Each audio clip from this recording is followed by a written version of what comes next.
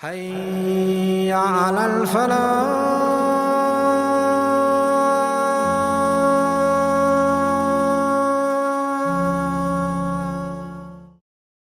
سامعین کرام اور محترم ناظرین، السلام علیکم ورحمۃ اللہ وبرکاتہ۔ اللہ تبارک و تعالیٰ کا فضل و احسان ہے کہ آج ہم لوگ خلفائے راشدین سیریز کا 19واں پروگرام کرنے جا رہے ہیں، جو کافی عرصے سے ایک گیپ ہو گیا تھا۔ اللہ تبارک و تعالیٰ نے حالات کو سازگار کیا اور ہم لوگ جو ہے اب خلفائے راشدین سیریز کا دوبارہ سے آغاز کرنے جا رہے ہیں۔ اور اس سے پہلے ہم لوگ حضرت عثمان غنی رضی اللہ تعالیٰ عنہ کی شہادت تک پہنچے تھے۔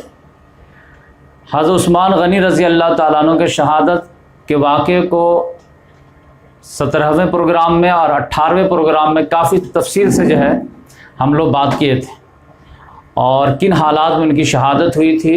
اسی وجہ سے وہ شہید مظلوم کہلاتے ہیں کہ کوفہ، بصرہ، مصر وغیرہ سے جو ہے بہت سارے لوگ آ گئے تھے اور احتجاج کرتے کرتے یہاں تک کہ ان کے جان کے در پہ ہو گئے۔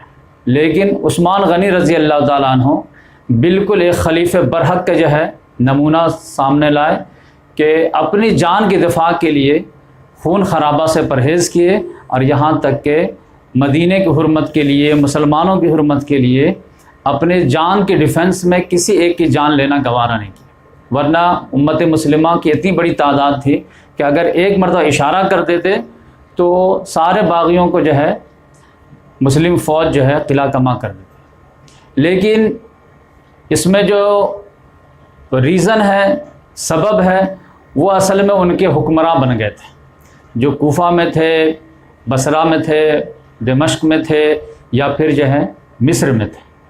تو اس کے اوپر کافی باتیں ہو چکی ہے، انشاءاللہ آگے بھی ہوں گی۔ اب ان کی شہادت کا واقعہ میں جو ہے کون اصل کلپریٹ تھا، کس نے جو ہے تلوار چلائی، یہ تو معلوم نہیں ہے۔ حضرت نائلہ رضی اللہ تعالیٰ عنہ جو ان کے حجرے میں تھی، جو ان کی بیوی تھی، ان کے سے جب رپورٹ لی گئی کہ کون لوگ آئے تھے، انہوں نے کہا کہ میں ایک پردہ نشی خاتون تھی، مجھے معلوم نہیں تھا، میں کسی کا چہرہ بھی نہیں پہچانتی تھی، وہ لوگ چہرہ ڈھانپ کے بھی آئے تھے، بس ایک کو میں جانتی تھی، وہ محمد بن ابی بکر تھے۔ تو وہ آئے اور آ کر کے خلیفے کے جو ہے داڑھی پکڑ لیے تھے۔ تو عثمان غنی رضی اللہ تعالیٰ عنہ نے ان کو غیرت دلائے کہ تمہارے والد اگر موجود رہتے تو یہ حرکت نہیں کرتے۔ تو فوراً وہاں سے وہ ہٹ گئے اور وہ چلے گئے۔ تو اب اس لحاظ سے ان پہ بھی قتل کا الزام نہیں کہ وہ ان کو جو سمجھایا گیا تو سمجھ کے چلے گئے، جذبات میں آ گئے تھے۔ بقیہ کون کیا معلوم نہیں۔ تو اس لحاظ سے جو ہے ان کی شہادت کا واقعہ ہو گیا۔ اب بلوائیوں نے جو ہے تقریباً 3 دن تک جو ہے وہ لاش کو جو ہے دفنانے بھی نہیں دی۔ اب بالکل جو ہے افراتفری کا معاملہ تھا، ہو کا عالم تھا، کسی کو کچھ سمجھ میں نہیں آ رہا تھا، اور جو لوگ سلیم الفطرت تھے ان کو بھی لگ رہا تھا کہ ٹھیک ہے ان کا پروٹیسٹ کرنا حق بنتا تھا، لیکن اس حد تک چلے جائیں گے یہ کسی کو گمان نہیں تھا۔ لیکن جو ہونا تھا وہ ہو گئے۔ بلوائیوں نے جو پیچھے سے حملہ جا کر دیا، جبکہ گیٹ پہ جو حضرت حسن رضی اللہ تعالیٰ عنہ، حضرت حسین رضی اللہ تعالیٰ عنہ جو پروٹیکشن کے لیے موجود تھے، لیکن وہ جو ہے سامنے سے ڈیفنس کر رہے تھے، پیچھے سے لوگ گھس گئے۔ تب اس کے بعد جو ہے کیا کیا جائے؟ تو 1 دن گزر گیا، 2 دن گزر گیا، 3 دن گزر گیا۔ اب اتنی بڑی امت جو 3 بر اعظموں پہ پھیلی ہوئی تھی، تو اس کو جو ہے ایسے ہی جو ہے بنا رہبر کے نہیں چھوڑا جا سکتا تھا۔ لہذا لوگوں نے جو ہے کوشش شروع کی، تو پھر سب لوگ جو علی رضی اللہ تعالیٰ عنہ کے پاس آئے، کیونکہ وہی ان کے بعد سے سب سے زیادہ ٹاپ موسٹ صحابی رہ گئے تھے۔ کیونکہ حضرت عمر رضی اللہ تعالیٰ عنہ نے جو 6 لوگوں کی کمیٹی بنائی تھی کہ میرے نزدیک خلافت کے یہی 6 حقدار ہیں، ان میں سے جن پر بھی تم ایگری کرو ان کو بنا لینا، تو اس میں ہم جانتے ہیں کہ ایک عبد الرحمن بن عوف رضی اللہ تعالیٰ عنہ کا انتقال ہو گیا تھا، بقیہ جو ہے 5 لوگ بچے تھے۔ تو اس میں حضرت زبیر رضی اللہ تعالیٰ عنہ، حضرت طلحہ رضی اللہ تعالیٰ عنہ، اور ایک کے جو ہے شہادت ہو گئی عثمان غنی رضی اللہ تعالیٰ عنہ۔ اب 4 بچ گئے، علی رضی اللہ تعالیٰ عنہ، سعد بن ابی وقاص رضی اللہ عنہ۔ تو ان تمام لوگوں کے پاس جو ہے لوگ گئے، لیکن سب سے پہلے علی رضی اللہ تعالیٰ عنہ کے پاس لوگ آئے، کیونکہ عبد الرحمن بن عوف رضی اللہ تعالیٰ عنہ جو حضرت عمر فاروق رضی اللہ تعالیٰ عنہ کے شہادت کے بعد جو خلافت کی کمیٹی کو آگے بڑھا رہے تھے، سمجھے چیف الیکشن کمیشن بنے تھے، تو ان میں یہی تھا کہ لاسٹ میں 6 لوگوں میں سے کم ہوتے ہوتے 2 لوگوں پہ بات آ گئی تھی، یا عثمان یا علی رضی اللہ عنہ۔ تو زیادہ جو ہے ووٹ ملے تھے عثمان غنی رضی اللہ تعالیٰ عنہ کے، تو فرسٹ نمبر پہ عثمان غنی رضی اللہ تعالیٰ عنہ اور سیکنڈ نمبر پہ علی رضی اللہ تعالیٰ عنہ۔ اب جب عثمان غنی رضی اللہ تعالیٰ عنہ چل گئے تو یقینی بات ہے علی رضی اللہ تعالیٰ عنہ ہی کا نمبر تھا۔ اب ووٹنگ کے لحاظ سے بھی، رشتہ داری کے لحاظ سے بھی، کارنامے کے لحاظ سے بھی، تقوی کے لحاظ سے بھی، ہر لحاظ سے یہ فٹ بیٹھتے تھے، لہٰذا لوگ انہی کے پاس گئے۔ لیکن ان کا جو ہے دل جلا ہوا تھا کہ تم لوگ معاملہ اتنا خراب کر دیے ہو کہ آؤٹ آف کنٹرول کر دیے ہو، خلیفہ حق کو جو قتل کر دیے ہو، اب ہمارے پاس آ رہے ہو، تو مجھے اس سے دلچسپی نہیں ہے، مجھے امیر بننے کے بجائے وزیر بننا پسند ہے، کسی اور کو بنا لو۔ کیونکہ یقینی بات ہے جو بنے گا اس پہ الزام بھی آنے کے خدشات۔ انہوں نے کہا کہ جب معاملہ اتنا کیوس کریٹ ہو گیا ہے تو مجھے پسند نہیں، تو جاؤ ان لوگوں کو بنا، اور بھی عشر مبشرہ ہیں، تو سب لوگوں کے پاس گئے، طلحہ رضی اللہ تعالیٰ عنہ کے پاس بھی گئے، زبیر رضی اللہ تعالیٰ عنہ کے پاس بھی گئے، سعد بن ابی وقاص رضی اللہ تعالیٰ عنہ کے پاس گئے۔ لوگوں نے سب نے معذرت کر دی کہ نہیں ہم سے نہیں ہو پائے گا، اتنا معاملہ جو ہے ورس ہو گیا کہ اب کنٹرول نہیں ہے۔ تو پھر لوگ جو ہے ہارے درجہ علی رضی اللہ تعالیٰ عنہ کے پاس آئے کہ دیکھیے آپ سے زیادہ جینیس کون ہو سکتا ہے، آپ سے زیادہ سمجھدار کون ہو سکتا ہے، اب اس حالت میں کیا کیا جائے، کیسے چھوڑا جا سکتا ہے، تو آپ کو تو سنبھالنا ہی پڑے گا۔ تب انہوں نے کہا کہ ٹھیک ہے تم لوگ اگر مجبور کرتے ہو تو میری بیعت تو ایسے نہیں ہوگی کہ چھپ کر کے روم کے اندر ہو، تو چلو مسجد نبوی میں اور سب لوگ آؤ، اور سب لوگ اگر تم لوگ بولو گے تو ٹھیک ہے میں قبول کر لیتا ہوں۔ تو اس لحاظ سے مسجد نبوی میں آئے، اور اس وقت جو ہے عثمان غنی رضی اللہ تعالیٰ عنہ کے آپ جانتے ہیں کہ 40 روز سے جو ہے ان کا محل کو گھیرے ہوئے تھے لوگ، اور حج کے زمانے ہی سے یہ معاملہ چل رہا تھا۔ تو امت مسلمہ کے بھی جتنے حل و عقد لوگ تھے، جتنے بھی انٹلیکچوئل تھے، وہ سب یہ معاملہ سن کر کے وہ مدینہ میں آ چکے تھے، حج سے بھی لوگ واپس آ چکے تھے، تو لہٰذا جتنا بھی کریم تھا امت کا وہ سب مدینہ میں موجود تھا۔ تو ان سب نے بالاتفاق جو ہے علی رضی اللہ تعالیٰ عنہ کو چن لیے کہ آپ جو ہے امت کو اب لیڈ کریں گے، تو انہوں نے قبول کر لیے۔ تو اب یقینی بات ہے کہ معاملہ پھر جو ہے نارملائز ہو جاتا، اور علی رضی اللہ تعالیٰ عنہ اسی طرح چلانے لگتے جس طرح عمر فاروق رضی اللہ تعالیٰ عنہ چلائے تھے، یا ابو بکر صدیق رضی اللہ تعالیٰ عنہ چلائے تھے۔ اور پھر جیسے معاملہ جو ہے تھوڑا کنٹرول میں آتا تو پھر عدالت قائم ہوتی، پھر جو قاتلین عثمان ہے اس کا مقدمہ آتا، پھر شہادتیں دی جاتی، اور جو بھی جس کے بارے میں گواہی ثابت ہو جاتی تو اس کو جو ہے قصاص میں قتل بھی کر دیا جاتا۔ لیکن معاملہ تھوڑا سا الٹ گیا۔ علی رضی اللہ تعالیٰ عنہ پہلے سمجھ گئے تھے کہ معاملہ بگڑا ہے کس کی وجہ سے، یہ گورنروں کی وجہ سے، ان کی نرمی، ان کی گڑبڑی، یہ ایکشن نہیں لیتے تھے۔ اور جو بھی کوئی بھی جو ہے پرائم منسٹر بنتا ہے یا پریسیڈنٹ بنتا ہے تو اس کو پورا حق ہے کہ پھر وہ اپنے حساب سے اپنے جو ہے عامل کو اپوائنٹ کرے، اپنے منسٹر کو اپوائنٹ کرے۔ تو علی رضی اللہ تعالیٰ عنہ نے بھی سوچا کہ پہلے معاملات کو میں اپنے ہاتھ میں لیتا ہوں اور امت کو کنسلیڈیٹ کرتا ہوں، پھر میں اس پوزیشن میں آؤں گا کہ کسی کو جو ہے اگر مجرم پاؤں گا تو سزا دے پاؤں گا۔ تو اس لحاظ سے انہوں نے جتنے بھی گورنر تھے عثمان غنی رضی اللہ تعالیٰ عنہ کو سب کو معزول کیا بلا تفریق، اور پھر ان کے حساب سے اپنے حساب سے ان کو جو لگ رہا تھا معتبر آدمی ہیں ان کو انہوں نے اپوائنٹ کیے کہ اگر مجھے دیتے ہو کہ آپ معاملہ کا سالو کیجئے تو ٹھیک ہے میں اپنے حساب سے ڈیل کرتا ہوں۔ تو یہ تو بالکل معقول بات ہے، دنیا میں بھی آج بھی ہوتا ہے، کانگریس کی حکومت آتی ہے تو اپنے حساب سے منسٹر بنتے ہیں، بی جے پی کی ہوتی ہے یا امریکہ میں جو ہے ریپبلک کی ہو یا ڈیموکریٹک ہو اپنے حساب سے کریں گے۔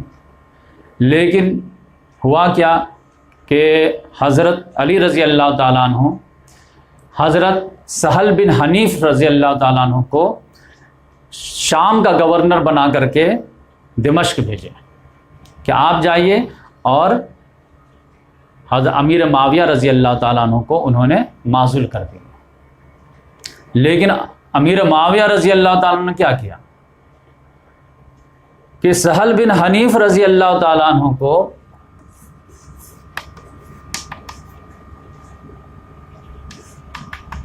وہ شام پہنچنے ہی نہیں دیے، تبوک ہی میں جو ہے بندہ بھیج کر کے روک دیے، بولے کہ آپ بتائیے کس کے طرف سے جا رہے ہیں، عثمان غنی رضی اللہ تعالیٰ کی طرف جا رہے ہیں تو ویلکم، اور اگر دوسرے کی طرف جا رہے ہیں تو ابھی ہم آپ کے جو ہے نوٹس لے لیں گے، جان بچانی ہے تو آپ واپس جائیں گے۔ لہٰذا ان کو جو ہے تبوک ہی سے واپس کر دیا۔ اور پھر انڈیویجول بیعت کے لیے حضرت علی رضی اللہ تعالیٰ عنہ ایک اور آدمی کو خط دے کر کے بھیجے امیر معاویہ رضی اللہ عنہ کہ آپ کو معزول کر دیا گیا ہے، سہیل بن حنیف کو اپائنٹ کیا گیا ہے، اور آپ آئیے، اب میرے ہاتھ میں بیعت کیجئے اور ہمارے دست و بازو کو مضبوط کیجئے، پھر اس کے بعد ہم خلافت کا رول، خلیفہ کا رول نبھائیں گے۔ انہوں نے کیا کیا کہ جو لے کر گئے تھے لیٹر کو ان کو روک لیے اپنے پاس، اور مدینہ سے حضرت عثمان غنی رضی اللہ تعالیٰ عنہ کا جو خون آلود کرتا تھا اس کو منگوا لیے، اور حضرت نائلہ کی جو کٹی ہوئی انگلی تھی اس کو بھی بلا لیے، اور دمشق کے جامع مسجد کے ممبر کو اس کو ٹانگ دیا، اور اس کو جو ہے دکھا کر کے لوگوں کو موبلائز کی۔ تو جو بھی یقینی بات دیکھے گا کہ خلیفہ کے جو کرتا خون آلود ہے، ان کی بیوی کی کٹی ہوئی انگلی ہے، تو جو جوش میں جو ہے اس کا خون کھولے گا، تو سب نے کہا کہ ہم انتقام لیں گے۔ تو ان کو وہ پورا منظر دکھائے کہ دیکھو یہ کتنی بڑی تعداد ہے جو خون عثمان کا بدلہ لینے کے لیے بےتاب ہے۔ جواب میں، لیٹر کے جواب میں کیا بھیجے؟ ایک لفافہ بھیج دیا۔ علی رضی اللہ تعالیٰ عنہ کے پاس جب خط کا جواب آیا تو اس کا لفافہ جب کھولے تو اس میں بالکل خالی لفافہ تھا، کچھ نہیں تھا، بس ایک لفظ تھا کہ امیر معاویہ کی جانب سے علی رضی اللہ تعالیٰ کے نام، بسم اللہ، بس ختم۔ تو سمجھ گئے معاملہ کچھ گڑبڑ ہے۔ تو پھر اس سے پوچھے جس کو بھیجے تھے کہ تم جو وہاں پہ دیکھو کیا سیناریو ہے؟ انہوں نے کہا کہ تقریباً 50-60 ہزار لوگ جو ہے وہ خون عثمان کا قصاص لینے کے لیے تیار ہیں۔ تو کس سے لینے کے لیے تیار ہے؟ تو انہوں نے اشارہ دیا کہ وہ آپ لوگوں سے لیں گے۔ تو معاملہ وہ سمجھ گئے کہ یہ آپ بغاوت پہ اتر آئے ہیں، اب خلیفہ وقت سے ٹکر لیں گے۔ اب عثمان غنی رضی اللہ تعالیٰ عنہ کے شہادت کے بعد جو بیعت ہوئی ہے اس میں 2 پرابلم علی رضی اللہ تعالیٰ عنہ کو فوراً آ گئے۔ معاملہ کیا ہوا کہ ان کے ہاتھ پر اچھے لوگوں نے جو ہے، جو بڑے بڑے لوگ تھے ان میں سے کافی لوگ ایسے تھے جو بیعت ہی نہیں کی، جس میں سے سعد بن ابی وقاص تھے، پھر زبیر بن عوام تھے، طلحہ رضی اللہ تعالیٰ عنہ تھے، اسامہ بن زید تھے، محمد بن مسلمہ تھے، عبداللہ بن عمر تھے، یہ سب تھے۔ مطلب بڑے بڑے صحابہ کرام جو نیوٹرل ہو گئے، بات سمجھ میں نہیں آ رہے، دیکھیں گے۔ تو ایک طرف یہ تھا کہ اچھے لوگ جو ہے سپورٹ کرنے رہے، دوسری طرف جو بیعت کرنے والوں میں آگے تھے وہ لوگ تھے جو پروٹیسٹ میں شامل لوگ تھے۔ تو جن کو نہیں آنا چاہیے وہ آ رہے ہیں، اور جن کو آنا چاہیے وہ نہیں آ رہے ہیں۔ تو اس وجہ سے علی رضی اللہ تعالیٰ عنہ کمزور پڑ جا رہے تھے۔ خلیفہ تو بنا دیے لیکن اچھے لوگ ساتھ نہیں دے رہے ہیں، اور جن کے دامن پہ داغ ہے وہ ساتھ آ رہے ہیں۔ تو اس کی وجہ سے اور معاملہ ڈاؤٹ فل ہوتا چلا جا رہا تھا۔ اس میں یہ ایک معاملہ نیا کریٹ ہو گیا کہ شام کے والی نے جو ہے، گورنر نے جو ہے وہ اطاعت کرنے سے انکار کر دیا کہ ہم جو ہے بیعت نہیں کریں گے، ہم کو قصاص عثمان کا بدلہ چاہیے۔ اور اس میں بھی کیا تھا کہ بدلہ میں بھی کیسا کہ ہمارے حوالے قاتل کو کیجیے، ہم اپنے حساب سے اس کو قتل کریں۔ تو بھائی خلیفہ آپ کی بات مانے گا یا آپ خلیفہ کی بات مانیں گے؟ اسلام کا کیا ہے؟ تو اس میں سورہ حجرات میں اللہ تعالیٰ نے پہلے بتا دیا تھا، مسلمانوں کو عام حکم دے دیا تھا کہ جب بھی 2 مسلمان گروپوں میں لڑائی ہو جائے تو جو باغی جماعت ہو اس کے خلاف سارے مسلمان کو لڑنا ہے۔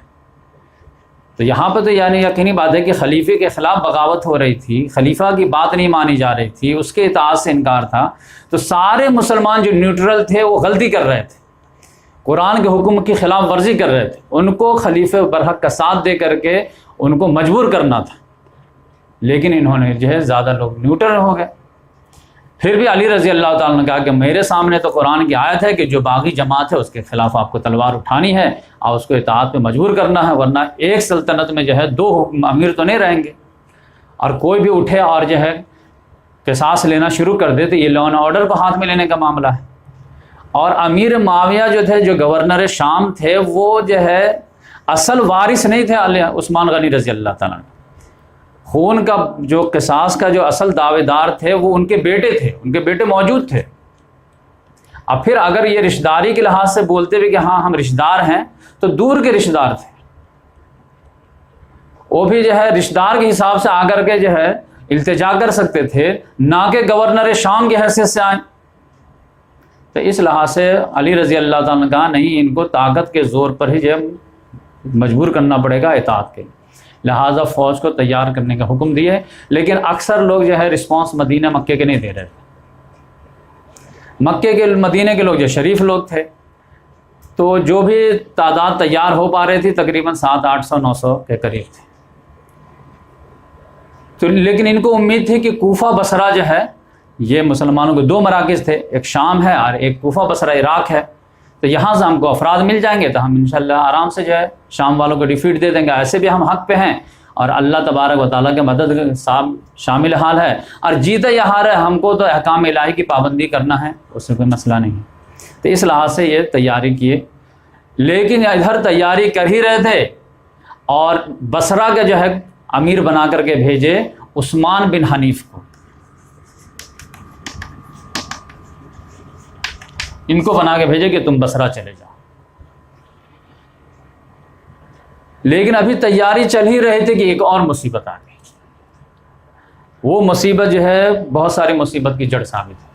وہ کیا ہوا کہ حضرت عائشہ رضی اللہ تعالیٰ عنہ مدینے میں تھی جب عثمان غنی رضی اللہ تعالیٰ کے خلاف پروٹیسٹ چل رہا تھا۔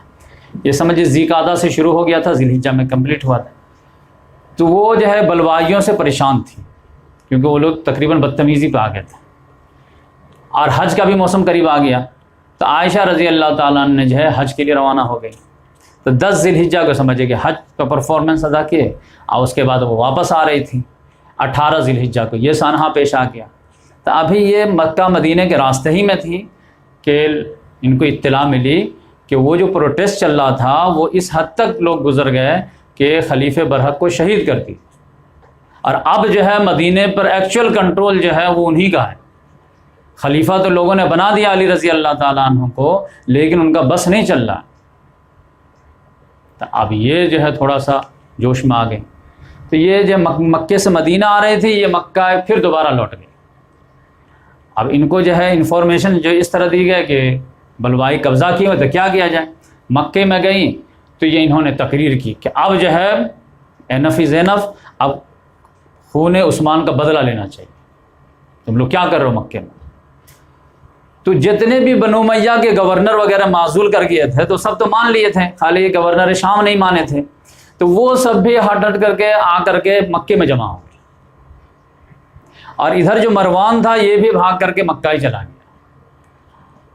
تو سب لوگ جو ہے تقریر میں ہاں ملائے کہ نہیں، بدلہ لینا چاہیے، بدلہ لینا چاہیے۔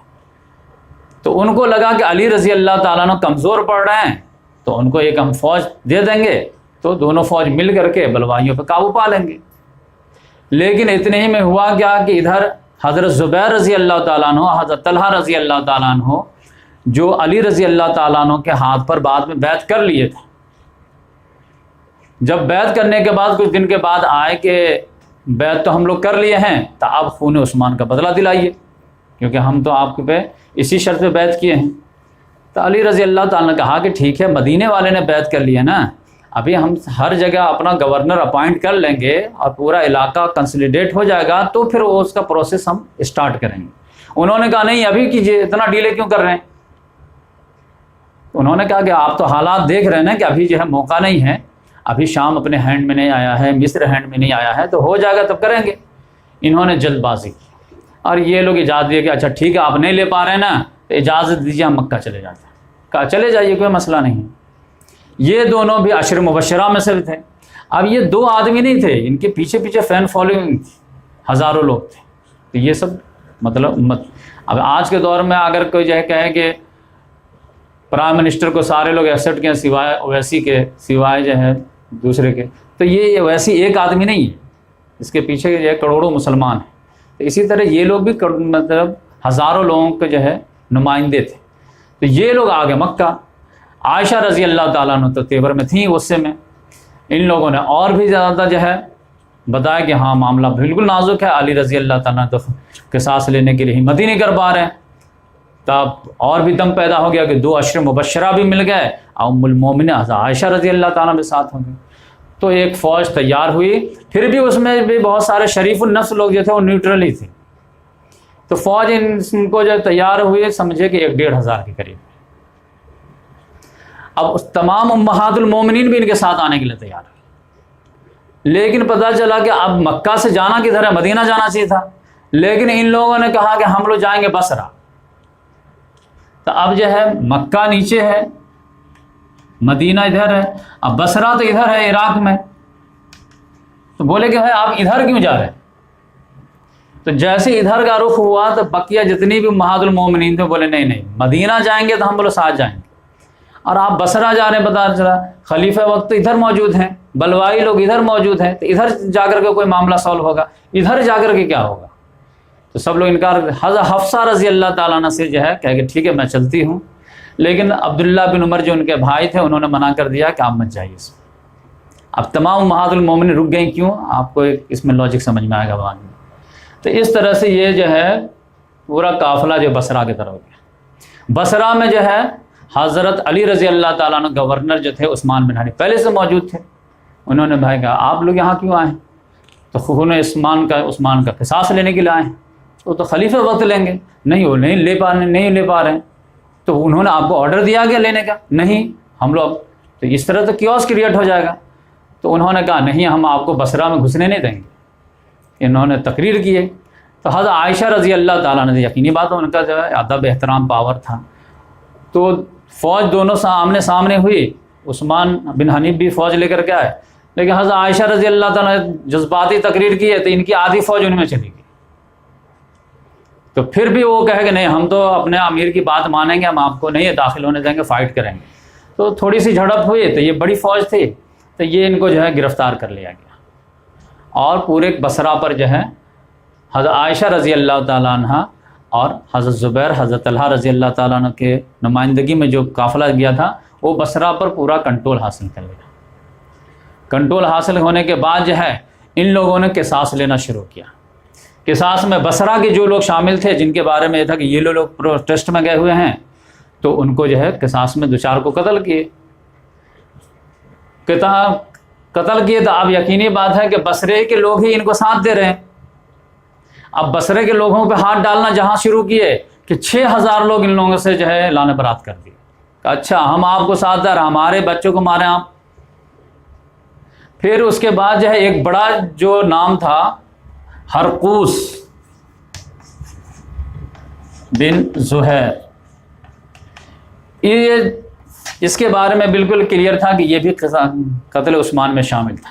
اس تھوڑا پاورفل آدمی تھا. اس کو جب پکڑنے کی کوشش کیے تو وہ جو 6000 لوگ جو ہے نیوٹرل ہو گئے تھے وہ تو اس کے دفاع میں کھڑے ہو گئے تلوار لے کر کے، نہیں اس کو اگر آپ ماریں گے تو پھر تو ہم جنگ کریں گے آپ سے. تو پھر ان لوگوں نے بھی آفے سمجھے کہ بھائی اس کو جانے دو، ورنہ تو یہیں پہ جو ہے بصرہ ہی میں ان فائٹنگ ہو جائے گی اور ہم کو جو فوج ملی ہے وہ بصرہ ہی سے ملی ہے. تو لہٰذا ان لوگوں نے مصلحت یہ سمجھے کہ ان کو چھوڑ دیتے. تو اس طرح چھوڑ دیے. اب یہ لوگ بصرہ پہ رہنے لگے. اب علی رضی اللہ تعالیٰ عنہ کو مدینہ میں معلوم ہوا کہ ایک فوج جو ہے یہ ابھی جو ہے شام کی طرف جانا چاہ رہے تھے، لیکن ان کو اطلاع ملی کہ مکہ سے بصرہ میں جو ہے ایک فوج چلی گئی ہے. اور ان کو جو فوج ملنی تھی یہی بصرہ اور کوفہ سے ملنی تھی. بصرہ نیچے ہے، کوفہ اوپر ہے عراق میں، یہیں سے ملنی تھی. یہاں پہ جا کر کے یہ قبضہ کر لیے. یہ کون سی بات ہے؟ ہم سے پوچھے بغیر ہی جو فوج جا رہی ہے، لا اینڈ آرڈر کو ہاتھ میں لیا جا رہا ہے. لہذا علی رضی اللہ تعالیٰ نے سوچا کہ پہلے انہی سے نپٹا جائے.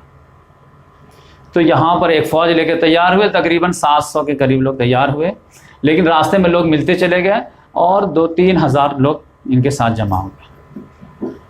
2-3 ہزار جمع ہونے کے بعد یقینی بات، لیکن بصرہ میں جو ہے تقریباً 10,000 کے قریب ان کے پاس فوج تھی.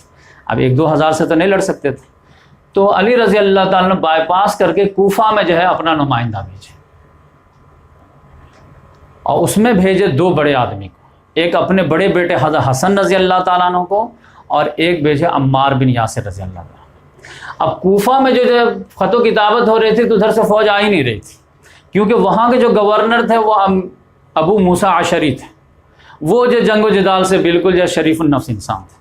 نئے لوگوں فتنہ سے قریب رہو، دور رہو، یہ رہو، تقریر کر کر کے بالکل نیوٹرل بنا دیے تھے سب کو.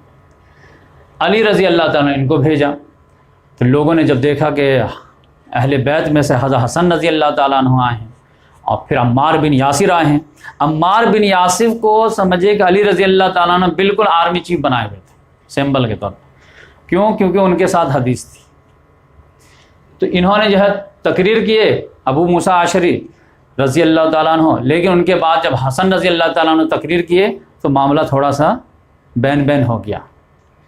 اس کے بعد جو ہے یہ تقریر کی، عمار بن یاسر رضی اللہ تعالیٰ نے تقریر کی، اتنی بہترین تقریر کی ہے کہ دین کا پورا فلسفہ ہی سمجھاتی ہے۔ ممبر پر جو ہے نا بیٹھائے حضرت حسن رضی اللہ تعالیٰ، جبکہ ایج میں بہت چھوٹے تھے لیکن رتبہ ان کا بلند تھا، اور خود کھڑے رہے ممبر کے نیچے۔ آپ بولے ایک جملہ بولے، دیکھو لوگو، اللہ تبارک و تعالیٰ نے تم لوگوں کو آزمایا ہے۔ ایک طرف ام المومنین عائشہ رضی اللہ تعالیٰ عنہ جو فوج لے کر کے بصرہ پہنچ چکی ہیں، اب وہ آپ صلی اللہ علیہ وسلم کی بیوی دنیا میں بھی ہیں اور آخرت میں بھی ہیں، یعنی احترام جانے نہیں دیا کہ غلطی لگ جاتی ہے لیکن اس سے ایک غلطی سے زیرو سے ملٹیپل ہو کے زیرو نہیں ہو جائے گا، لیکن یہاں پہ ان کو غلطی لگ گئی ہے تو وہ نو ڈاؤٹ اللہ کے رسول صلی اللہ علیہ وسلم کی دنیا میں بھی بیوی تھی اور آخرت میں بھی رہیں گے، لیکن یہاں پہ غلطی لگ گئی ہے، ایک فوج لے کر کے خلیفہ وقت کے پرمیشن کے بغیر آ گئی ہیں۔ اب اللہ تعالیٰ تم کو آزما رہا کہ دیکھنا چاہتا ہے کہ تم لوگ عائشہ کی اطاعت کرتے ہو یا اللہ کی اطاعت کرتے ہو۔ اللہ کی اطاعت سے مراد کیا ہے کہ اللہ تبارک و تعالیٰ نے اپنا رسول نمائندہ بنایا اور رسول نے جو طریقہ بتایا اس کے حساب سے خلیفہ وقت جو ہیں وہ کون ہیں؟ علی رضی اللہ تعالیٰ، اور آپ صلی اللہ علیہ وسلم بول کے گئے تھے آخری زمانے میں کہ میرے بعد تم لوگ بہت فتنہ فساد دیکھو گے، خون خرابہ دیکھو گے، تو اس وقت کیا کرنا؟ علیکم بسنتی و سنت الخلفاء الراشدین المہدیین، کہ تم پر لاگو رہے گی میری سنت اور میرے خلفاء راشدین کی سنت۔ یہ عام طور سے لوگ بدعت وغیرہ کے بارے میں یہ حدیث سناتے رہتے ہیں، یہ ایکچوئل میں پولیٹیکل کے بارے میں تھا کہ جب معاملہ کیوس کریٹ ہو جائے تو تم لوگوں کو کس پارٹی کا ساتھ دینا ہے۔ اب بدعت کے بارے میں کہ سب سے پہلا بدعت جو ہوگا وہ سیاسی معاملے میں ہوگا، خلیفہ کے خلاف خروج جو ہوگا یہ بدعت ہے۔ اصل یہ کہیں پہ چلا جانا، یہ نماز کے بعد دعا کر دینا، یہ سب اصل بدعت نہیں تھی۔ اصل بدعت یہ تھی کہ تم میرے بعد بہت سارا جو ہے خون خرابہ دیکھو گے، فتنہ فساد دیکھو گے، تو اس میں تمہارے لیے میری طرف سے کیا رہنمائی ہے کہ علیکم بسنتی و سنت الخلفاء الراشدین المہدیین، کہ تم پر لاگو رہے گی میری سنت۔ یعنی میں کس طرح حق پرستی کا ثبوت دیا ہوں، اگر مسلمان نے چوری کیا تو میں اس کے بھی ہاتھ کاٹا ہوں کہ نہیں کاٹا ہوں، اگر دشمن کے فیور میں فیصلہ کیا تو میں کیا ہوں کہ نہیں کیا ہوں، تو میری سنت بھی اور میرے خلفاء راشدین سنت بھی۔ اب میرے خلفاء راشدین کتنے ہیں؟ تو وہ 30 سال رہیں گے، یہ بھی آپ بتا دیے تھے اور انڈیکیٹ بھی کر دیے تھے۔ اور علی رضی اللہ تعالیٰ عنہ کے بارے میں بہت زیادہ احادیث بھی تھی کہ ایک مرتبہ جو ہے بتائیں کہ آپ صلی اللہ علیہ وسلم کسی زوجے کے گھر سے باہر نکلے تو عمر فاروق، حضرت ابو بکر یہ سب بھی ساتھ ہے، تو اچانک آپ صلی اللہ علیہ وسلم کا جوتی ٹوٹ گیا، تو علی رضی اللہ تعالیٰ جھٹ سے لیے، بولے کہ لائیے ہم ٹانک دیتے ہیں، تو وہ ٹانکنے لگے، جب تو لوگ آگے بڑھ گئے، پھر بولے ارے بھائی جو میرے لیے کام کر رہا وہی پیچھے رہ گیا تو رکو اس کے لیے۔ تو اب دیکھیں کہ جب ٹھیک ہے وہ اپنا کام سے فارغ ہو کر کے ہم لوگوں سے آگے مل لے گا، جب تک میں ایک کام کر لیتے ہیں۔ ایک حدیث سنا دیے کہ دیکھو جیسے قرآن نازل ہوا تو قرآن کے نزول کو منوانے کے لیے آخری درجے میں مجھے تلوار اٹھانی پڑی، تبھی تو بدر احد سب ہوئی۔ تم میں سے ایک خوش نصیب ایسا ہے جس کو قرآن کی تفسیر منوانے کے لیے جو ہے تلوار اٹھانی پڑے مسلمانوں کے خلاف۔ تو ابو بکر صدیق رضی اللہ عنہ کہا یا رسول اللہ وہ میں ہوں گا کیا؟ کہ نہیں۔ عمر فاروق نے کہا میں ہوں گا، نہیں۔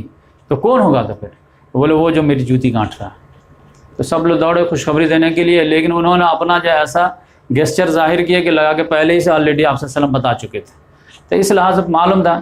عمار بن یاسر رضی اللہ تعالیٰ عنہ کے تعلق سے بھی سب کو معلوم تھا کہ ان کو بتا دیا گیا ہے کہ یہ جو ہے ان کو ایک باغی جماعت قتل کرے گا۔ تو اس لحاظ سے جو عمار بن یاسر رضی اللہ تعالیٰ عنہ کوفے کے مسجد میں جو تقریر کیے کہ اللہ تعالیٰ نے تم لوگوں کو بہت ہے ہارڈ آزمائش لیا ہے، کہ تو دیکھنا چاہتا ہے کہ ایک طرف جذباتی معاملہ ہے، عائشہ رضی اللہ تعالیٰ ام المومنین، دو عشر مبشرہ، لیکن انسان میں غلطی لگ سکتی ہے۔ ایک طرف علی رضی اللہ تعالیٰ عنہ گرجے مین پاور کم ہے لیکن حق اس کے ساتھ ہے، تو اب آپ اللہ تعالیٰ دیکھنا چاہتا ہے کہ تم عائشہ کی اطاعت کرتے ہو یا اللہ کی اطاعت کرتے ہو۔ تو یہ اتنی اچھی تقریر تھی کہ کوفہ سے 10,000 کا لشکر تیار ہو گیا، ایک تقریر۔ تو اس لحاظ سے 10,000 کا لشکر تیار ہوا، اور یہاں پر جو ہے علی رضی اللہ تعالیٰ عنہ ذی قار میں جو ہے جمع فوج کو تعینات کیے ہوئے تھے۔ ابھی بصرہ نہیں کہتے کہ فوج آ جائے گی تب تو پہلے بصرہ میں لڑائی کریں گے، تو 10,000 کا فوج جو ہے کوفہ سے ان کو مل گئے ذی قار میں۔ تو اب جو مضبوط ہو گئے، اب بصرہ والے بھی 10,000 کے قریب ہیں اور کوفہ والے بھی 10,000 کے قریب ہیں، تو آرام سے فائٹنگ ہو سکتی ہے۔ لیکن پھر بھی علی رضی اللہ تعالیٰ نے سوچا کہ پہلے مصالحت کی کوشش کی جائے، تو اس کے لیے جو ہے سب سے بہترین جینیس، جو آپ شروع سے اگر خلفاء راشدین سن رہے ہوں گے تو ایک نام سے تو آپ کو محبت ہو گئی ہوگی، قعقاع بن عمرو۔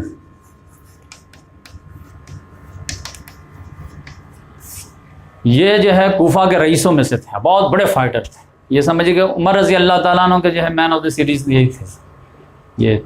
تو ان کو بہت، اب جوانی تھی ان کی جا چکی تھی، تو اب ڈپلومیسی میں یہ کام آ رہے تھے، تو ان کو بھیجے کہ جائیے اور تھوڑا سا مصالحت کے لیے کچھ کیجیے کہ جنگ نہ ہونے پائے۔ ادھر تو سمجھ میں آ رہے کہ یہ غلط فہمی کا معاملہ ہے، ان کے بارے میں معلوم تھا کہ ان کا معاملہ کریٹیکل ہے، لیکن ادھر غلط فہمی ہے تو کہیں سارٹ آؤٹ ہو جائے تو بہت اچھی بات ہے۔ تو قعقاع بن عمرو رضی اللہ تعالیٰ عنہ بصرہ گئے نمائندہ بن کر کے علی رضی اللہ تعالیٰ عنہ طرف سے۔ سب سے پہلے حضرت عائشہ رضی اللہ تعالیٰ عنہ سے ملے، بولے اماں جان آپ کیوں آئے ہیں یہاں؟ تو بولے کہ جو ہے قصاص عثمان کے لیے۔ آپ چاہتی کیا ہیں؟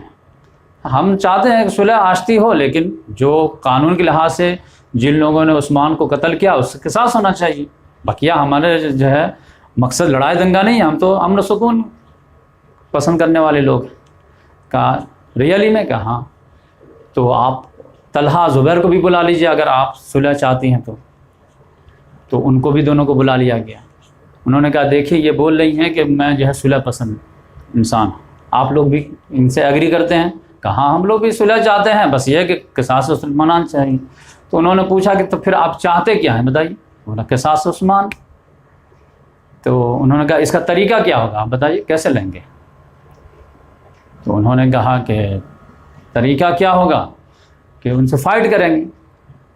تو فائٹ کرنے کا جو طریقہ ہے، انہوں نے کہا کہ ابھی تو آپ کا جو تھوڑا سا تجربہ تو ہو گیا ہوگا بصرہ آنے کے بعد، کہ جیسے ہی 2-4 پہ ہاتھ ڈالے، قصاص عثمان میں جو ہے 2,000 کے قریب ملوث تھے، 2-4 پہ ہاتھ ڈالے تو 6,000 لوگ الگ ہو گئے، اور جب ہرقوس بن عمرو پہ ہاتھ ڈالے تو 6,000 لوگ آپ کے خلاف لڑنے کے لیے تیار ہو گئے۔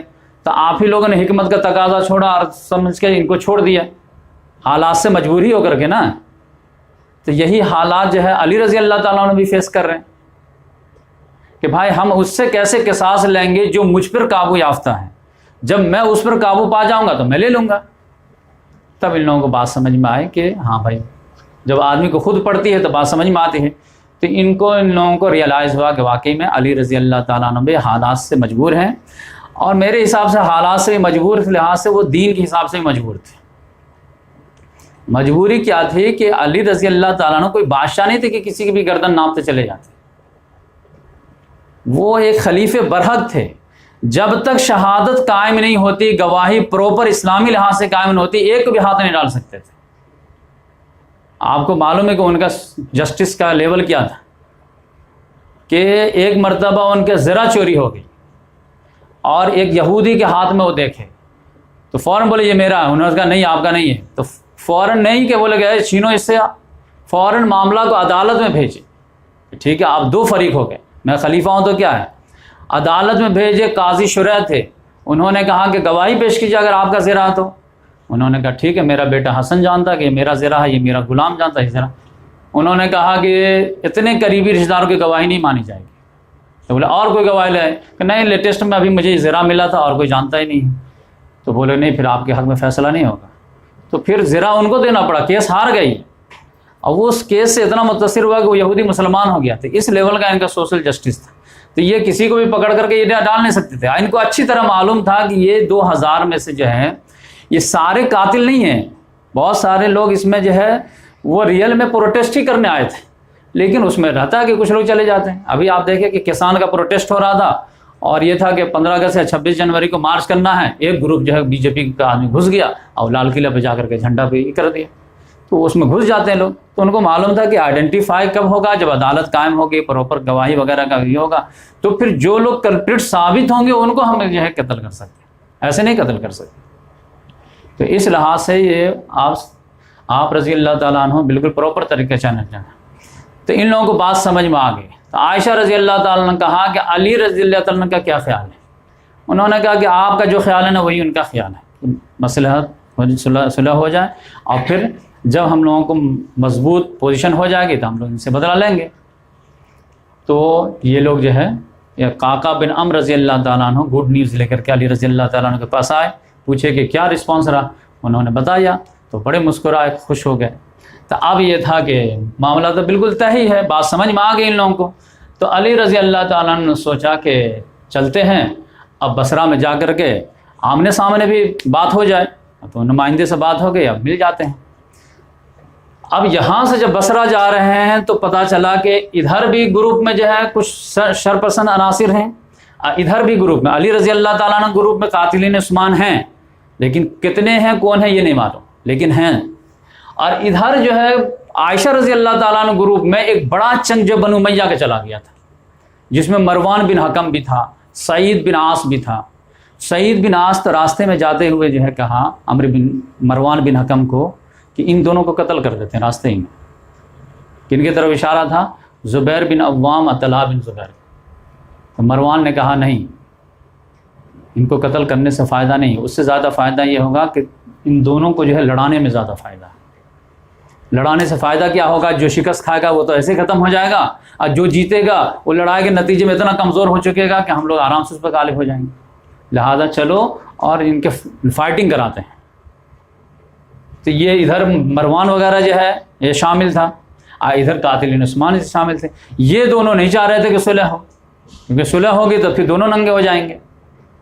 لہذا علی رضی اللہ تعالیٰ نے کسی طرح بصرہ پہنچ گئے, معاملہ آمنے سامنے ہوا, دونوں میں گلا شکوہ معاملہ ہوا, پھر بھی صلح صفائی ہو گئی کہ چلو جو بھی غلط فہمی ہوئی اب ہم لوگ ایک کنسلٹیٹ کرتے ہیں. اور پھر جو شام کا معاملہ رہ گیا ہے تو اتنی بڑی تعداد ہے. آپ جانیے کہ علی رضی اللہ تعالیٰ عنہ کے دور حکومت میں یہ صرف جو ہے یہ شام کا ایریا جو ہے یہ چھوڑ کر کے یہ پورا مصر, لیبیا, پورا جزیرہ نما عرب, یمن, عمان, عراق, پورا ایران, یہ سب علی رضی اللہ تعالیٰ عنہ کے اس میں تھا. بس ایک جو ہے علاقہ تھا یہ شام ہے. تو اس کو جو ہے اطاعت پہ مجبور کرنا کوئی مشکل کام نہیں ہے. تو فوراً بولے کہ اس کو کر لیتے ہیں, اس کے بعد قصاص عثمان کا کر لیں گے. تو بولے ہاں ٹھیک ہے. تو سب لوگ جو ہے رات میں آرام سے سوچے کہ اب صلح ہو گئی ہے, کل ہم لوگ جو ہے واپس چلے جاتے ہیں. جن کو علی رضی اللہ تعالیٰ کے ساتھ جنگ کرنی ہے تو پھر کوفہ جائیں گے, کوفہ سے پھر شام سے لڑائی ہوگی جو بھی ہونی ہے. اب یہاں پہ جو دونوں گروپ تھا, عائشہ رضی اللہ تعالیٰ بنو امیہ کا گروپ اور ادھر جو قاتلین عثمان کا گروپ, یہ دونوں نہیں چاہ رہے تھے کہ اگر صلح ہو گئی تو ہم لوگوں کا کیا ہوگا. ان لوگوں نے کہا اب آخری چانس ہی, یہ لاسٹ نائٹ ہے, کل جو ہے معاملہ ہاتھ سے نکل جائے گا. لہٰذا ان لوگوں نے رات میں پلاننگ کیے. اب 3 بجے رات میں دونوں کیمپ میں لوگ سوئے ہوئے تھے, اور دونوں کیمپ میں جو ہے آدھے ادھر چلے گئے آدھے ادھر چلے گئے, اور تلوار سے جو ہے آپس ہی میں جو ہے لڑائی شروع کر دی. پھر اعلان جو ہے ہنگامہ ہو گیا. اب یہ لوگ اٹھے کہ کس نے کیا؟ ارے ادھر کی فوج نے حملہ کر دیا. انہوں نے کہا ارے مجھے تو پہلے سے معلوم تھا کہ یہ بات بنا جنگ کے تو مانیں گے نہیں. پھر ادھر نے پوچھا کہ ارے ادھر کیا ہوا؟ کہا ادھر کی فوج نے حملہ کر دیا. ارے دھوکہ دیا. انہوں نے بھی کہا مجھے معلوم تھا کہ یہ لوگ مانیں گے نہیں جنگ کے وغیرہ. تو لہٰذا رات میں کون کتنے دیکھتا ہے, جب ایک مطلب جنگ چھڑ جاتی ہے تو آدمی ہوش کھو دیتا ہے. لڑائی شروع ہو گئی. لڑائی شروع ہوئی تو رات میں تو جھڑپ ہوئی, لیکن دونوں کے تیور یہ آ گئے. صبح میں جب صف بندھی تو لڑائی خوب زور و شور سے ہوئی, لیکن پھر بیچ میں جو معاملہ کنٹرول میں آ گیا. یہ جو بنو امیہ جنگ جمل یہ لوگ حضرت عائشہ رضی اللہ تعالیٰ ہاری ہے, اس کی مین وجہ ایک حدیث ہے کہ اچانک علی رضی اللہ تعالیٰ عنہ بھی نہیں چاہ رہے تھے جنگ, ادھر سے عائشہ رضی اللہ تعالیٰ عنہ, طلحہ زبیر بھی نہیں چاہ رہے تھے, لیکن یہ دونوں باغی جنگ کروا دیے. تو ہاف ہارٹیڈلی میدان میں آ رہے تھے کہ بھائی رات شام میں تو ہماری بات صلح کی چل رہی تھی, کسی نے دھوکہ دے دیا, کسی نے کیا کیا. تو یہ گھوڑا لے کر کے میدان میں رننگ کر ہی رہے تھے کہ اچانک ان کی نگاہ پڑ گئی زبیر رضی اللہ تعالیٰ اور طلحہ رضی اللہ, دونوں ایک ساتھ تھے. انہوں نے کال کر کے بلائے 1 منٹ ادھر آئیے. تو وہ زبیر رضی اللہ تعالیٰ آگے گھوڑا لے کر کے. تو بولے کیا بات ہے؟ کہا دھوکہ دیے نا. انہوں نے کہا کہ دھوکہ کیا دیے, آپ کو ایک بات معلوم ہے؟ کہا کیا؟ ایک مرتبہ ہم لوگ مدینہ میں گھوم رہے تھے اور آپ ہمارے کندھے پہ ہاتھ دے کر کے چل رہے تھے, تو اس وقت آپ صلی اللہ علیہ وسلم نے آپ سے کیا کہا تھا کہ اے زبیر تم کو واقعی علی سے بہت محبت ہے؟ تو آپ نے کیا کہا تھا کہ ہاں واقعی محبت ہے. کیوں نہیں, وہ بالکل رشتہ دار تھے, ان کے پھوپھی زاد بیٹے تھے. ہاں بہت محبت ہے. تو ایک وقت تم اس کے خلاف جو ہے لڑو گے, اور اس وقت تم حق پہ نہیں ہوگے, ناحق لڑو گے, تم ظالم ہو گے. یہ حدیث یاد ہے آپ کو؟ کہاں؟ تو پھر ابھی کیا ہو رہا؟ ان کو فوراً کلک ہوئی، فوراً بیٹے کو بلائے، جو سب سے زیادہ جو ہے ایکٹیو تھے عبداللہ بن زبیر، کیونکہ حضرت عائشہ ان کی خالہ بھی لگتی تھی. ان کو بولا بیٹے دیکھو میں اب واپس جا رہا ہوں، میں جا رہا ہوں بصرہ، اور جنگ سے میں کنارہ کش ہو رہا ہوں، کیونکہ مجھے ایک چیز یاد آ گئی جو مجھے پہلے یاد نہیں تھے، اب اس حدیث کے بعد میں نہیں لڑ سکتا. ان بیٹوں کو بولے کہ تو بھی نکل جائے اس میں سے، لیکن انہوں نے کہا نہیں نہیں میں تو رہوں گا. تو اس میں کیا ہوا کہ طلحہ رضی اللہ تعالیٰ عنہ نے جب دیکھا کہ زبیر رضی اللہ تعالیٰ عنہ دونوں میں وہ زیادہ سینئر تھے، تو وہ بھی جو ہے فوج کے سب سے لاسٹ میں چلے گئے. تو یہ دونوں مین جو ہے سپہ سالاری جنگ چھوڑ دیے. تو پھر یقینی بات ہے بچا کدھر؟ تو اس میں ہوا کیا کہ حضرت علی رضی اللہ تعالیٰ عنہ نے حدیث سنائے، ان کو بات سمجھ میں آئی، وہ انہوں نے جو ہے جنگ کا ارادہ ترک کر کے جانے لگے واپس. تو سب کو بات سمجھ میں آ گئی کہ یہ جو ہے جا رہے ہیں. لیکن انہی میں سے ایک آدمی تھا، ان کا نام تھا عمرو بن جرموز. اس نے پیچھے سے جا کر کے جب وہ نماز کے لیے نیت باندھے، نماز کا ٹائم آ گیا ہوگا، اور سجدے میں گیا تو تلوار سے مار دیا. اور یہ علی رضی اللہ تعالیٰ نے یہ سر اور تلوار لے کر کے آیا کہ مجھے انعام ملے گا، شاباشی ملے گی، کتنے بڑے سپہ سالار کو میں مار دیا ہوں.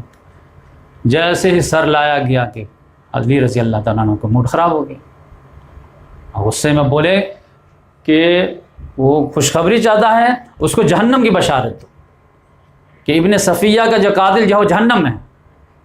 اور پھر حسرت سے بولے تلوار دے کر کے کہ اس تلوار نے کتنے ہی مرتبہ ایسا ہوا ہے کہ آپ صلی اللہ علیہ وسلم کا ڈیفینس کیا اس تلوار نے، اور اس کو تم لوگ مار دیے. تم جنت کی خوشخبری چاہتے ہو، جہنم کی خوشخبری تمہارے. وہ چڑ گیا، یہ کہا کہ میں آپ کے دشمن کے خلاف لڑوں آ رہا ہوں، میں جہنم کی بشارت ہے. انہوں نے کہا میں جب منع کر دیا تھا، میرا تم دیکھ لیے تھے ہماری بات چیت چل رہی تھی، وہ سرنڈر کر کے جا رہے تھے، تو پیچھے سے جا کے قتل کرنے کی کیا ضرورت تھی؟ تو اس کو ان کو آن نہیں کیے بالکل. تو یہ چڑ کر کے بھاگ گیا، خوارج ہو گیا. یہ طلحہ رضی اللہ تعالیٰ نے جو پیچھے چلے گئے تھے، اس کو جو ہے مروان بن حکم نے جو ہے بالکل کپڑا باندھا چہرے پہ، اور تیر لے کر کے جو ہے مارا گھوڑے پہ، گھوڑا نے بھتکا اور ان کے پاؤں پہ گر گیا، اور وہ اس کی وجہ سے شہید ہو گیا. تو یہ آپ سمجھ اسٹوری سمجھ میں آ رہی ہوگی پوری. تو اس کے وجہ سے جو ہے وہ جنگ کا پاسا آ گیا. اس میں ایک بیچ میں انٹرسٹنگ بات کیا ہوئی کہ آپ دیکھیں گے کہ صحیح اہل حدیث جو ہے نا یہ زبیر بن عوام تھے، کہ حدیث سامنے آ گئی، میدان جنگ سے سرنڈر کی. یہ ہونے چاہیے حدیث اور قرآن ماننے کا معاملہ. لیکن یہی چانس اللہ تعالیٰ نے جو ہے عائشہ رضی اللہ تعالیٰ عنہ کو بھی دی، لیکن انہوں نے ان کو جو ہے لوگوں نے گھما دیے. جب یہ مدینہ سے مکہ سے جا رہی تھی بصرہ قریب، تو بیچ میں جو ہے نا ایک بنو عامر کا قبیلہ تھا، اس کے جو ہے پانی کا چشمہ کا گھاٹ تھا. تو یقینی بات ہے ہالٹ کرتے ہوئے جائیں گے، تو وہاں پر رات میں خیمہ لگا کہ یہاں پہ پانی ہے، تو ایک دو دن سستا لیتے ہیں، اس کے بعد آگے جائیں گے. کہ رات میں جو ہے خیمے کے پاس جو کتے بھوکنا شروع کر دیے. تو عائشہ رضی اللہ تعالیٰ نے کہا کہ یہ کتے کیوں بھوک رہے ہیں اتنا؟ تو سوچے کہ اچانک قافلہ اتنا بڑا آ گیا تو کتے بھوکنے لگے ہوں گے. تو ان کو تھوڑا سا کلک ہوا، کیونکہ کتے بہت زیادہ بھوکنے لگے تھے، کہ یہ کون سی جگہ ہے. تو لوگوں نے کہا کہ بنو عامر کا چشمہ حوب خاص جگہ ہے، حوب اب اس کو بولتے ہیں حوب. ان کو وہ پوری حدیث یاد آ گئی جو آپ صلی اللہ علیہ وسلم نے ایک مرتبہ ساری بیویوں کو بولے تھے، کیف بہدا کننا تنبہ کلاب الحوب علیہا، کہ تم میں سے اس بیوی پر کیا ہوگا جب اس پر حوب کے کتے بھوکیں گے. انہوں نے کہا ارے مجھے یاد آ گئی بات، میں تو اب یہاں سے 1 انچ نہیں ہلوں گی، میں واپس جا رہی ہوں. لیکن سب لوگوں نے کنونس کیا کہ نہیں یہ ایک تو بڑا چنک آ گیا کہ یہ حوب ہے ہی نہیں. اور دوسرے زبیر بن عوام اور حضرت طلحہ رضی اللہ عنہ نے کہا کہ اماں جان آپ جائیں گی نہ تو صلح ہو جائے گی، نہ ورنہ یہ لوگ جو آپسی میں لڑ کے مر جائیں گے. یعنی آپ رہیں گی تو شام اور مدینہ کے بیچ میں صلح ہو سکتی ہے، 2 بیٹے لڑ رہے ہیں تو آپ کی وجہ سے ہو سکتی ہے صلح ہو جائے، ورنہ یہ دونوں کو چھوڑ دیں گے تو آپس میں لڑ کے مر جائیں گے. لیکن کیا پتہ چلا کہ صلح کرانے جا رہے تھے خود ہی لڑ جائیں گے. تو اس لحاظ سے یہیں سے واپس آ جانا چاہیے تھا. زندگی بھر یہ پچھتاتی رہی. اب پچھتاوا کی علامت کیا ہے کہ آپ جانتے ہیں کہ اس کا سمبل کیا ہے؟ کہ حضور صلی اللہ علیہ وسلم کے روضہ اطہر میں جو آپ جانتے ہیں کہ 3 قبر مبارک ہیں، تو محمد صلی اللہ علیہ وسلم ہیں، پھر ابو بکر ہیں، عمر فاروق ہیں، ایک جگہ ان کے لیے تھی. لیکن یہ واقعہ جب ہو گیا نا تو بولا کہ اب مجھے جو ہے نا عام قبرستان میں دفنانا. اب ان تینوں کی وجہ سے میں اپنے آپ کو جو رتبہ بلند نہیں کرنا چاہتا، مجھ سے ایک غلطی ہوگی. اور وہ کیا تھی؟ لیکن یقینی بات ہے کہ اسلام میں یہ ہے کہ کسی سے غلطی ہو جائے اور توبہ کا آنسو بہا دے تو وہ ایسے ہی ہو جاتا ہے کہ جیسے اس نے گناہ نہیں کیا. لیکن غلطی تو غلطی ہے، اس میں جو اس کا خمیازہ ہونا تھا. اب یہ جب میدان جنگ جب یہ دونوں چھوڑ گئے تھے، ایک کو مروان نے مار دیا، ایک کو جو عمرو بن جرموز نے مار دیا، تو اب عائشہ رضی اللہ تعالیٰ سوچے کہ میں جاتی ہوں تو ہی صلح ہوگی. وہ اونٹ پر بیٹھی کجاوا کسی، اب سوچے کہ میدان میں جنگ میں جا کر کے روکتی ہوں کہ رک جاؤ رک جاؤ رک جاؤ. لوگوں نے جب دیکھا اونٹ آ رہی ہے تو وہ حوصلہ پا گئے کہ پتہ چلا کہ اب ام المومنین میدان میں آ گئی ہیں، عورت ہو کر کے تو ہم لوگ مرد ہو کر کے جان بچائیں گے. اتنے جوش و خروش سے لڑنا شروع کر دیے کہ آپ اندازہ نہیں لگا سکتے. اب وہ جو ہے کسی اور مقصد سے آئی تھیں، ادھر جو ہے وہ جذبہ میں جو جنون آ گیا، لہذا وہ سب لوگ لڑتے رہے، یہاں تک کہ ان کی حفاظت میں کئی 100 لوگ قتل ہو گئے. بالآخر علی رضی اللہ تعالیٰ عنہ کو پھر تدبیر اپنانی پڑی کہ بھائی جاؤ کوئی آدمی پیچھے سے اور اونٹ کو جو ہے گراؤ کم سے کم. یہ اونٹ جب تک نہیں گرے گا تب تک جو ہے لوگ ان کی حفاظت کے لیے لڑتے رہیں گے اور جان دیتے رہیں گے. تو پھر ایک آدمی گیا، کسی طرح اونٹ پر حملہ کیا، وہ گرا تو ہودج گرا. تو اس پر پھر جب عائشہ رضی اللہ نیچے آئے ہیں تب جنگ سرنڈر کر دی. تب علی رضی اللہ تعالیٰ عنہ آئے، پھر خبر خیریت پوچھے، اماں جان چوٹ تو نہیں لگی ہے؟ بولے نہیں زیادہ نہیں لگی ہے. پھر محمد بن ابو بکر جو تھے، جو ان کے بھائی تھے اور انہی کے پرورش میں تھے، تو ان کو بولے کہ اپنی بہن کو لے کر کے بصرہ لے جاؤ. اور ایک صاحب تھے بڑے پیسے والے، ان کو بولے کہ ان کے گھر پر جو ہے ان کو ٹھہراؤ، اور 2-4 روز 10 روز کے بعد جب نارمل ہو جائے تو پھر جو ہے ان کو ہم بھیجنے کا انتظام کرتے ہیں. اور پھر اعلان کرا دیے کہ کوئی بھی آدمی زخمی کو قتل نہیں کرے گا، بھاگنے والے کو پیچھا نہیں کرے گا، کسی کا مال کوئی لوٹے گا نہیں، کسی کو جو ہے دست درازی نہیں کرے گا. اور پھر سارے مسلمانوں کے جو ہے مال کو جمع کیے اور اس کو جو ہے پھر بصرہ کے جامع مسجد میں جمع کیے. اور پھر بولے کہ جو بھی آئے اپنا مال پہچانے اور لے جائے. لوگوں نے چلائے بھی ہم جنگ کیے ہیں، مال غنیمت ہے، آپ کیسے واپس کر رہے ہیں؟ لیکن ایسا جو ہے ایموشنل جملہ بولے کہ وہ فوراً جو ہے سب لوگ سرنڈر ہیں. بولے کہ یہ عائشہ رضی اللہ تعالیٰ عنہ ہیں، ان کو کون اپنے حصے میں لگا بتاؤ؟ تو بات سمجھ میں آ گئی کہ یہ مسلمانوں کی غلط فہمی کی جنگ تھی، یہ ہندو مسلمان کی جنگ نہیں تھی جو مال غنیمت آپ چاہ رہے ہیں. تو اس طرح سے جو ہے سارے کی نماز جنازہ پڑھائے، دونوں کے، ادھر کے بھی مقتولون کے ادھر کے بھی مقتولون، 10,000. پھر جو ہے سب پہ رو رہے تھے، غلط فہمی کی وجہ سے یہ معاملہ ہو گیا. اس کے بعد جو ہے بصرہ میں آئے ہیں تو اکثر لوگ تو بصرے کے مارے گئے تھے. تو بصرہ کی عورتیں، کسی کا بھائی مرا، کسی کا شوہر مرا، کسی کا بیٹا مرا ہے، تو انہوں نے تو گالیوں کی بوچھار کر دی کیونکہ کیوس کریٹ ہو گیا تھا. لیکن انہوں نے ایک دم سخت وارننگ دی کہ کوئی بھی گالی کا جواب بدتمیزی سے نہیں دے گا. ہم تو ان پر جو اس وقت بھی ہے دست درازی کا ہاتھ نہیں اٹھاتے تھے جب یہ لوگ کافر تھے. اب تو یہ کلمہ گو ہیں، ٹھیک ہے، ان کو حادثہ لائق ہوا ہے، جذبات میں گالی دے رہے ہیں. ہمارے طرف سے جو ہے صحیح رسپانس جانا چاہیے جو اسلام کے معیار کے مطابق ہے. خاموشی رہو، غصہ 2-3 دن میں نکل جائے گا. تو اس وجہ سے یہاں پر جو ہے تھوڑا سا اب بصرہ والے جو ساتھ دیں گے، یقینی بات ہے وہ اتنا زیادہ جو ہے جوش جذبے کے ساتھ نہیں دیں گے جن کا بھائی مرا ہے، جن کا بیٹا مرا ہے، جس کے وجہ سے یہ عراق کی جو ہے جمعیت تھوڑی سی کمزور ہو گئی کیونکہ یہاں ان فائٹنگ ہو گئی، ادھر جو تھا وہ کنسولیڈیشن تھا. تو اس طرح سے جو ہے یہ جنگ جمل کہلایا کیونکہ حضرت عائشہ رضی اللہ تعالیٰ عنہ اونٹ پر سوار تھی، تو اس کے وجہ سے یہ جنگ جمل کہلایا. اور یہ سمجھیے کہ حضرت عائشہ رضی اللہ تعالیٰ عنہ جو ہے صفر مہینے میں نکلی ہیں اور علی رضی اللہ تعالیٰ عنہ ربیع اول کے مہینے میں نکلے ہیں. یہ پورے جنگ وغیرہ سے نپٹ کر کے 36 ہجری میں سمجھیے رجب میں جو ہے پھر کوفہ واپس آئے ہیں. اور کوفہ سے پھر جو ہے اب لانچ ہوگا شام کی طرف، تو وہ 37 ہجری میں ہوگا، وہ جنگ صفین کہلاتا ہے. تو حضرت عائشہ رضی اللہ تعالیٰ عنہ، حضرت زبیر، حضرت طلحہ رضی اللہ تعالیٰ ایک گروپ میں، اور ادھر علی رضی اللہ تعالیٰ عنہ اور عمار بن یاسر رضی اللہ تعالیٰ عنہ، قعقاع بن عمرو رضی اللہ تعالیٰ عنہ، یہ سب ایک گروپ میں۔ یہ جو جنگ ہوئی ہے بصرہ میں، تو اس کو کہا جاتا جنگ جمل، جس میں علی رضی اللہ تعالیٰ عنہ جیتے اور یہ لوگ ہارے۔ اور اس کے بعد جو 37 ہجری میں جو ہے یہ جنگ ہوئی ہے، اس کو کہتے ہیں جنگ صفین، جو انشاءاللہ ہم اگلے ایپیسوڈ میں اس کو کور کرنے کی کوشش کریں گے۔ اللہ تعالیٰ سے دعا ہے کہ اللہ تبارک و تعالیٰ جس طرح علی رضی اللہ تعالیٰ عنہ کو ہر نازک موقع پہ حق کا ساتھ اور حق کے طرفدار بننے کی توفیق عطا فرمائے، اسی طرح ہم لوگوں کو بھی کریٹیکل سے کریٹیکل موقع پہ بھی حق کا دامن کو پکڑنے اور اس کو سمجھنے کی توفیق عطا فرمائے۔ سبحان اللہ بحمدہ، سبحانک اللہم ونشہد ان لا الہ الا انت ونستغفرک ونتوب۔